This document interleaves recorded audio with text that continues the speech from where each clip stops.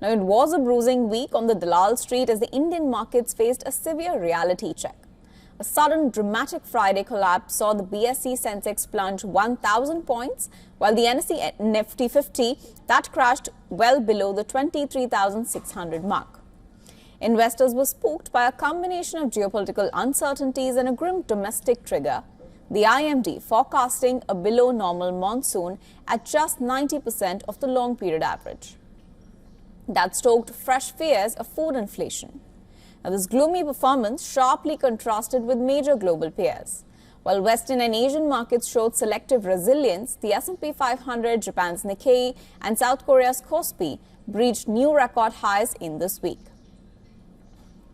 The steady exodus of foreign institutional investors added more pain to Indian stocks. This persistent capital flight, paired with a surging US dollar, kept the Indian rupee under severe pressure.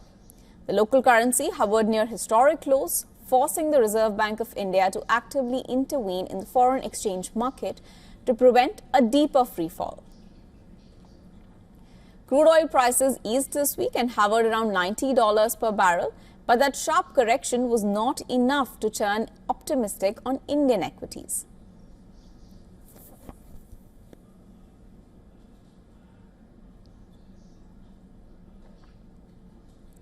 And now, to understand the outlook for the Indian markets going further, we are now being joined by Mr. Ambrish Paliga, an independent market analyst, live from Mumbai. Hi, Mr. Paliga. Thank you for joining me on WION today.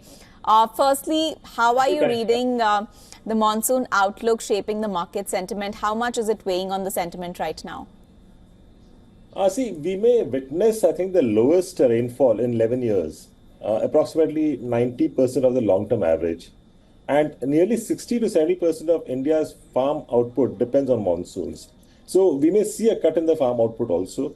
And this would be inflationary, adding to the inflation already created by the US-Iran war. Now, southwest monsoon generally hits Kerala coast by 1st of June, but this time it is delayed to around 4th or 5th of June. So despite the forecasts, markets generally move based on hopes. So even as of now, markets haven't completely discounted the outcome of the expected poor monsoons, though we saw some reaction on Friday. I think the first major reaction of the market would be closer to 4th or 5th in case the monsoons get delayed further. And then depending on the monsoon progress, I think the markets would react. So by end of June, early July is the time we should get a clearer picture whether the weather forecasts are decently accurate or not.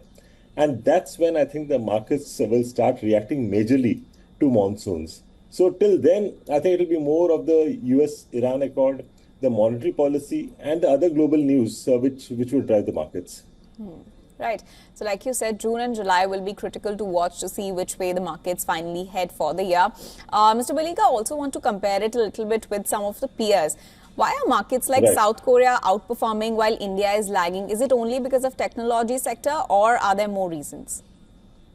No, it's more of technology sector because the surge in AI computing, which has created huge demand for data centers, GPUs, I think that's triggered a massive semiconductor memory supercycle.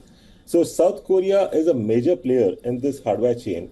And semiconductor heavyweights like Samsung Electronics, SK Hynix, they make up for 46% of South Korea's total market cap. And they have experienced a huge earning expansion. And this is, I think, one of the major reasons why South Korea's Kospi has doubled in 2026. Whereas if you look at the Indian markets, they've been weak in 2026 due to inflationary pressures caused by the geopolitical issues and, more importantly, continuous selling by FIs. And the buzzword around is AI. And India has been lagging far behind in AI computing. Whereas, we may become one of the larger consumers of AI, but global investors are giving a huge weightage to AI computing capabilities where we are lacking. And secondly, the other issue as far as India is concerned is the capital gains tax, which was imposed in 2024 on the FIs. That's been viewed quite negatively, because of which we have seen selling in the last 2 years by FIs. Now there's a talk of some sort of a review, although it's speculative. If that happens, I think that could be positive. However, if you look at Kospi's move, that's dependent, like I said, on those two major players. And that makes it quite narrow and risky. As of now, they're doing well, no doubt. But as compared to the Indian markets, I think they are much more broad-based. Right. So 4 reasons here. One, lack of AI presence in the Indian markets, and there's FII selling, inflationary pressure, and the capital gains tax that you highlighted. These are some of the factors weighing negatively on the Indian markets. But, Right. speaking of the outlook, when do you realistically expect Indian markets to hit new highs? Could it be in 2026 or we'll have to wait further? That's possible. 2026 is possible because analysts have already discounted the fact that the next 2 quarters could be tough from the earnings perspective. And there are two major variables which can change the market trajectory. First one is the accord, if it's signed for the US-Iran war. That will be a major positive. And in case the Indian monsoons are better than what we have forecasting, I think if these two are, positives, then I think we could see the markets hitting new highs by October, November. And possibly the third catalyst could be the capital gains tax for FIIs. So if that happens, I think that's the other major positive. So just like others in the market, I'm also quite hopeful. So let's see. Right. So any easing of the Iran war, better than expected monsoons, and capital gains tax, any relief on that front? These could be some of the factors that will probably drive the markets higher in 2026. That's the word coming in. Thank you, Mr. Baliga, for joining me and helping me with Thank all you. of those insights.